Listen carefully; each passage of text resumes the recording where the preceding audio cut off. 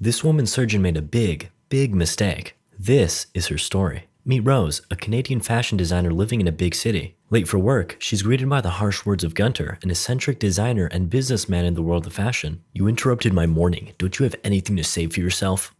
Yeah. Turns out she was nearly in a car crash this morning. I don't want your bullshit excuses. That didn't work. Nonetheless, Gunter continues with the presentation, revealing the premise behind his upcoming collection, Schadenfreude. Yes, that's a real word, it's just German. It means pleasure derived from someone else's suffering and misfortune. As I said, he's eccentric. After the meeting, Rose, who's now slightly pissed off after being embarrassed in front of everyone, is seen alone at a table eating her lunch. Though not for long, as Brad, a fashion photographer, walks up and asks her out to the after party of tonight's fashion show. No. What? Ooh, better luck next time. You can't win them all, Brad. Rose reasons that the after party is a waste of time and she'd rather let her work speak for itself than go out and network with other people. But no. Brad here is persistent and won't take anything but yes for an answer. Rose finally gives in and agrees to see him at the after party. Okay, I pull up. Woohoo, score! Eager to get back on with her lunch, she's interrupted again. This time by Chelsea, who's literally marked on IMDb as Rose's best friend. Wow, what an accomplished woman. Chelsea stands in front of the mirror, fixating over her body size. Do I look fat in these clothes? No, Chelsea. No, you do not. The two friends then engage in a conversation about vegetarianism. Classic. You're either the food or the thing eating the food. My foreshadowing spidey senses sure are tingling. I wonder if this is relevant to the main theme of this story. I guess we'll find out. After the conversation dries out, which did not take long, Chelsea asks Rose to go to the after party. Wow, that's the second person that's asked her out in the last 2 minutes. Didn't know Rose was such a player. You go, queen. Rose tells her that Brad had already invited her to go as his date, and she accepted. I mean, who wouldn't say yes? Have you seen Brad? Chelsea asks what Rose is planning to wear tonight. Rose tells her that she'll probably just wear what she has on right now. Chelsea laughs. Chelsea decides to pick something out for her to wear, stating that she'll look hot. For tonight's after party, damn Chelsea, you lived up to our expectations. I guess you're more than just an IMD designated best friend. You've got style. Before entering the club, she stopped by the bouncer. Let's call him Greg. Greg double checks the entrance list to see if she's on there. As he's checking the list, he lets in 2 dump trucks instead, without even asking their names. Is that prejudice towards women with poorly done spray-on tans? I think so. Inside the club, Rose meets up with Brad. It's loud in here. Yes, Brad, you're in a club. The pair head up above the crowd and start talking. What is it you really want to do? I guess I want to work in fashion or something. Why would you ever want to work in fashion? Ooh, not smooth. Brad is definitely not a ladies' man. Rose forgives him and explains that with fashion, you can be anybody. You can become anything. It's like armor. Rose wants to help people feel strong. Through beautiful designs and drip, Brad admires the answer and leans in for a smooch. Rose is clearly reluctant when kissing, so Brad steps back and offers to get her a drink. Attaboy. In the meantime, Rose goes to the club's bathroom and overhears 2 catty women gossiping about her and Brad, unaware that she's in the stall right next to them. It's revealed in this scene that Rose lost her whole family in a car crash. It's also revealed that Chelsea's the one who told Brad to ask Rose to the party. Yikes. The harsh words of these women leave Rose crying in the stall across from them, while they eat salt with their nose before heading back out to the party. Sus. Rose too heads back out to the party, still in tears. She walks up to Chelsea and asks if it's true. Oh, I told you. What? You're supposed to be my designated best friend. What happened? I don't need any more charity from you, okay? Rose races off on her motorbike, with Chelsea just behind telling her that she was only trying to help. I guess it's okay then. We forgive you. Oh, damn. Rose just got hit by a truck. First, she's late for work, and then she gets run over by a truck. Could this day get any worse? Yes.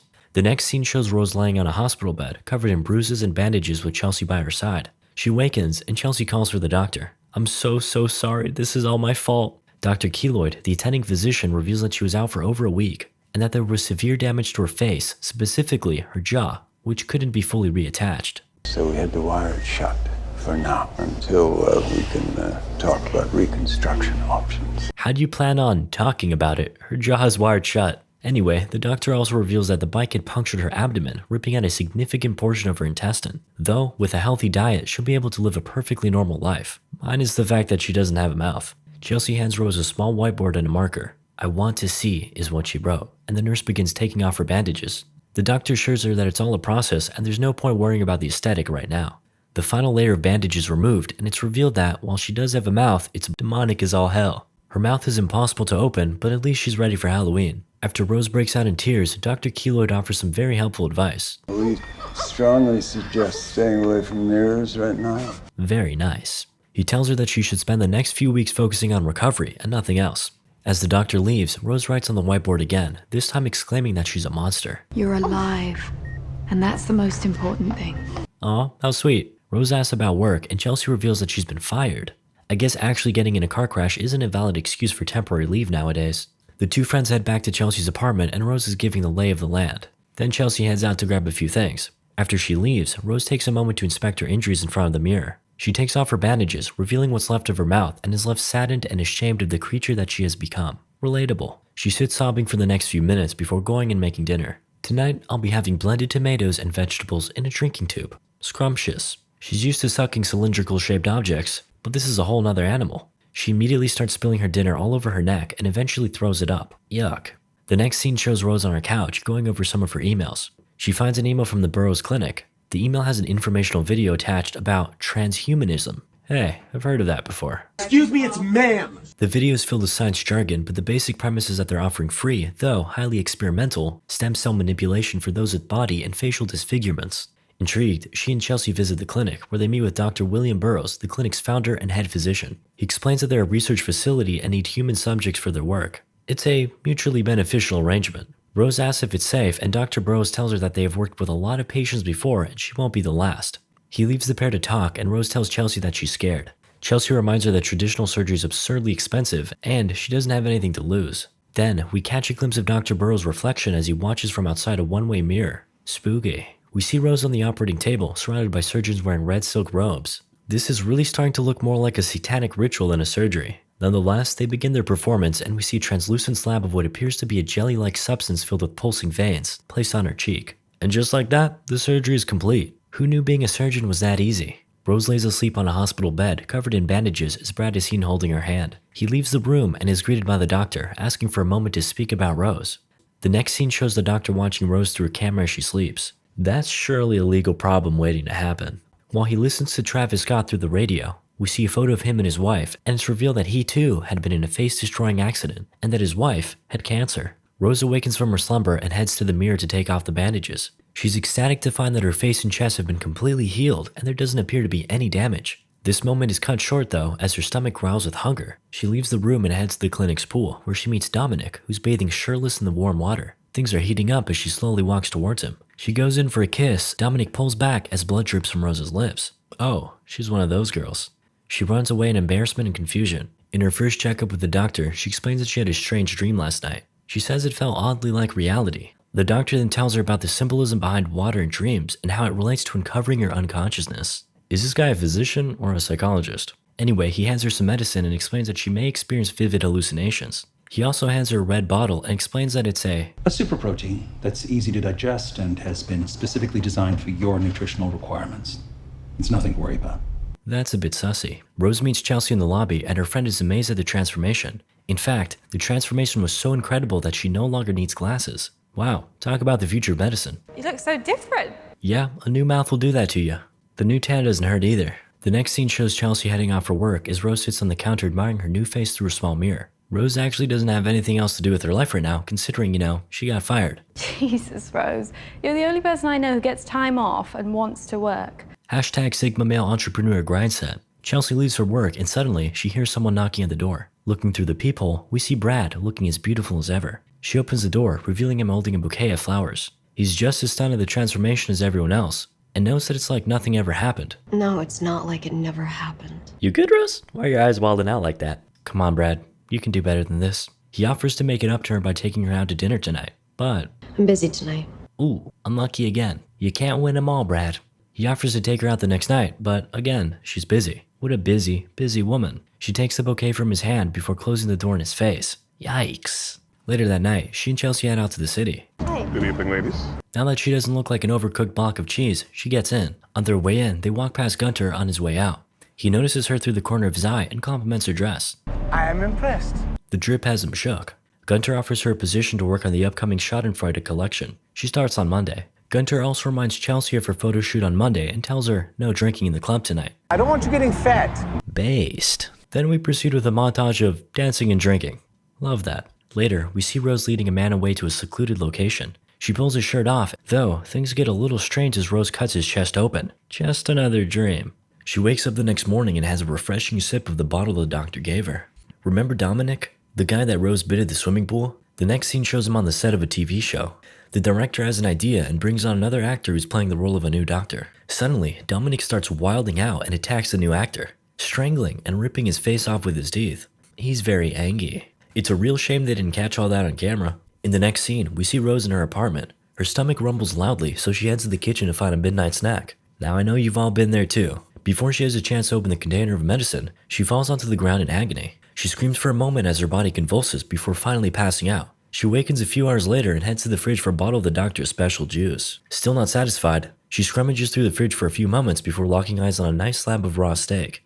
But rather than cooking it, she just drinks its yum juice. Yeah, bad idea. She reaches for the medicine and reads the warning label. May cause vivid hallucinations. Hey, sounds good to me. Then, we cut to Billy, a drunken bloke getting kicked out of a bar late at night. He spots a young girl outside the bar and asks for her name. Since he's not a Chad, she walks away. He retaliates by shouting mean words at her. And I thought Brad wasn't good with women. As he makes his way down the street, we see Rose behind him. The man approaches his car, but then Rose pops up in front of him. Jesus Christ, lady, you trying to give me a heart attack? Yep. She asks him for a ride. Anywhere you want to go, Toots. Unfortunately for him, that's not all she wanted. She grabs his hand and bites his fingers, but he's kind of into it. Though things quickly turn sour as she bites his face off. She wakes up and rushes to the mirror to find her mouth covered in blood. Shit is starting to hit the fan. Next up, we transition to a dimly lit hospital, where the attending nurse goes to check up on a patient that recently underwent reconstructive surgery. The nurse approaches the patient and sees him taking his bandages off. Then, the patient turns around and attacks the nurse. And the following scene looks like something straight out of a 1970s horror movie. Back to Rose, we see her at the doctor's office for a routine checkup. She talks to him about her insatiable cravings for blood and the dreams that she's been having.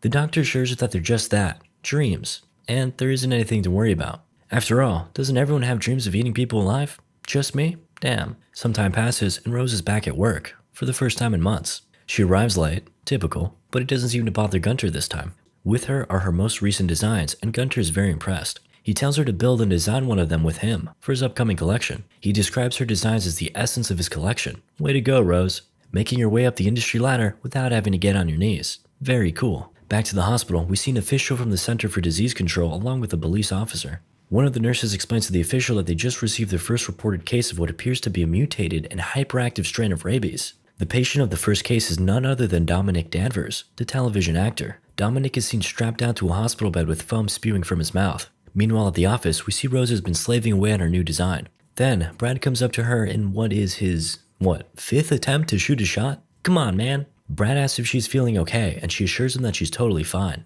I think she's lying. She tells him that she just needs to eat, so he asks her out to dinner. That evening, the two lovebirds go out to a nice restaurant.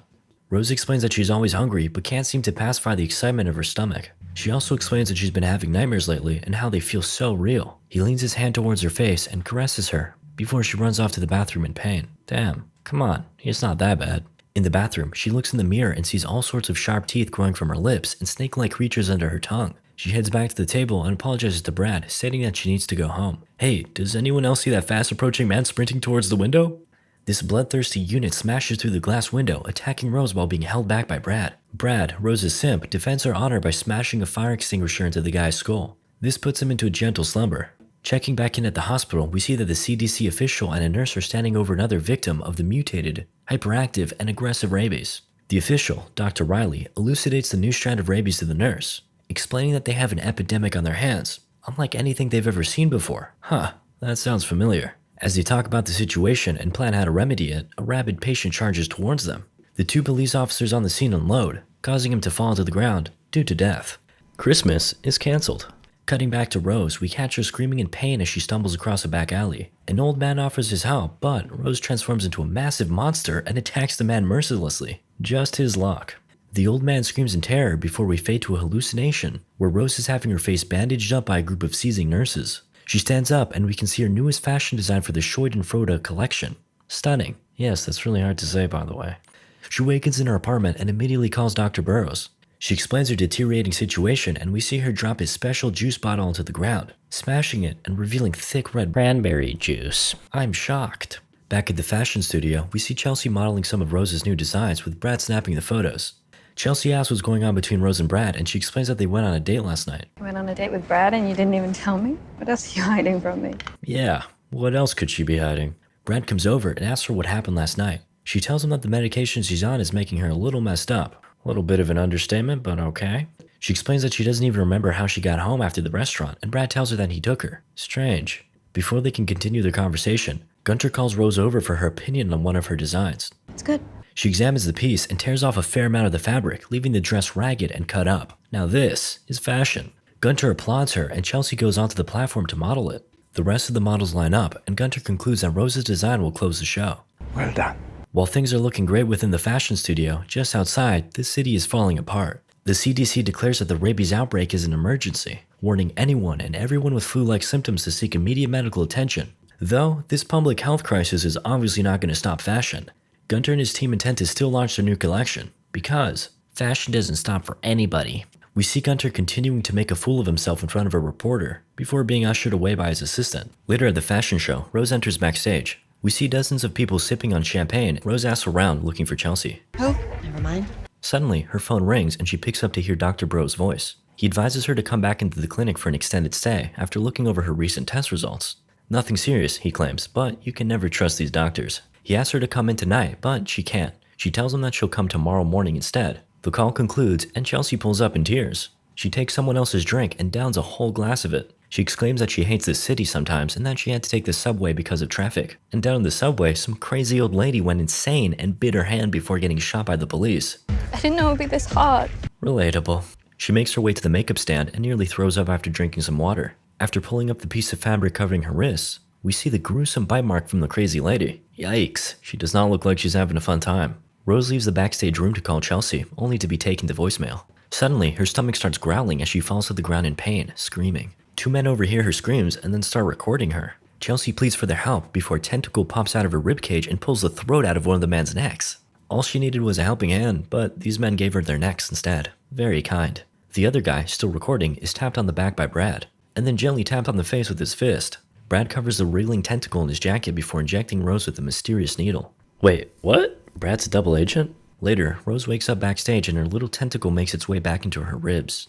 We can see that she's clearly unaware of her surroundings as she carelessly bumps into Brad. He tells her that she shouldn't be standing up so soon, and Rose asks what happened. Brad insists that she goes to the clinic, but Rose needs to see her dress close the show. Priorities, am I right? Rose finds Chelsea waiting behind the catwalk and talk about how they've always dreamed about Chelsea closing the show in one of Rose's dresses, and how it's finally happening.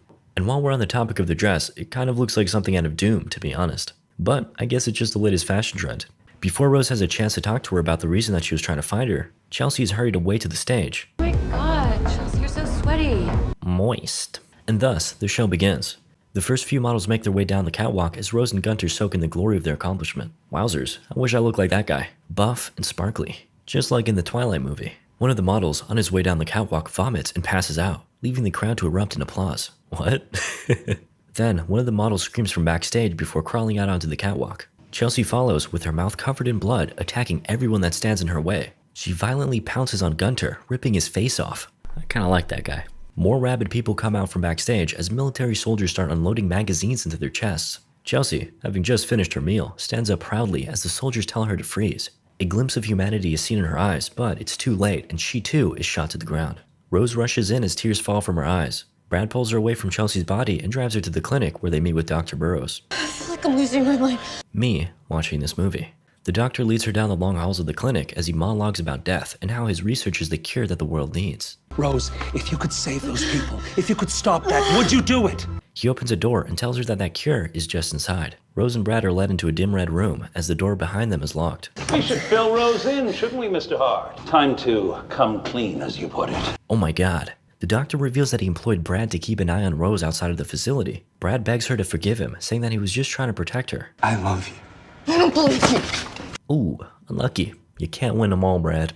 Then he smashes into the glass window separating them and Dr. Burrows. However, just as he does this, the doctor presses a button and a bucket of blood is poured onto Brad. Rose collapses to the ground as her stomach growls. The doctor reveals that they were not hallucinations and that there truly is a monster inside of her that must be let out. Brad carelessly walks backwards, in complete disbelief of what he's witnessing, but he walks back a little too far as a creature from the wall reaches its arm out and attacks Brad. Fortunately, the doctor provides some much needed exposition and explains that the creature is his wife, the foundation of all his research.